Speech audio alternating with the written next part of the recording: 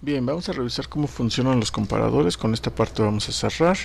Aquí tenemos un comparador donde estamos colocando un voltaje de entrada desde un generador de señales. Este bloque representaría una señal triangular, cuadrada, diente de sierra, que es la que vamos a comparar nosotros contra el voltaje de referencia. El voltaje de referencia lo tenemos conectado a un potenciómetro, el cual podemos calibrar a distintos niveles.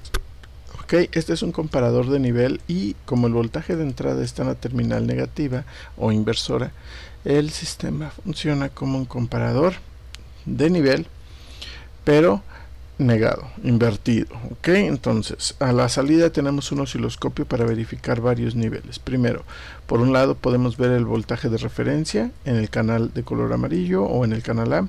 Del otro lado, en el canal B, tenemos lo que sería el voltaje de la señal de entrada.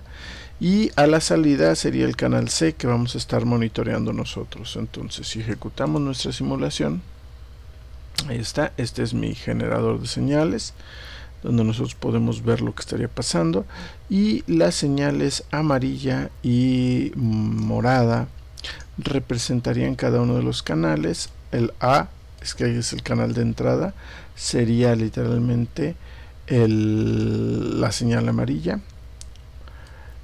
Aquí está, el canal A, perdóname, es el voltaje de referencia, la señal de entrada es la azul, que es el canal B, y la magenta sería la señal de salida.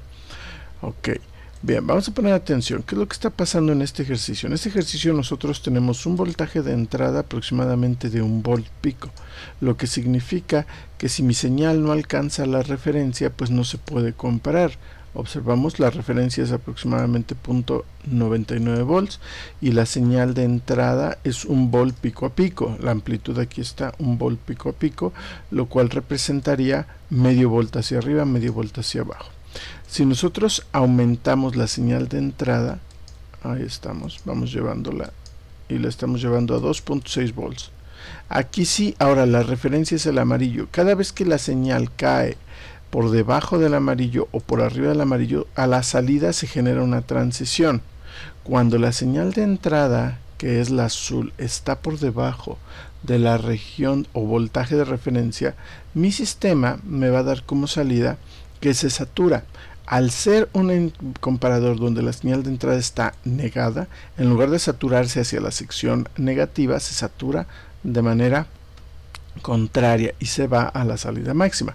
Cuando la señal de entrada otra vez supera nuestro voltaje de referencia, en ese momento mi señal de salida va a ser mayor, perdóname, mi señal de entrada es mayor a la referencia, toda esta zona, y lo que sucede es que mi sistema genera un voltaje de salida de saturación, pero negativo.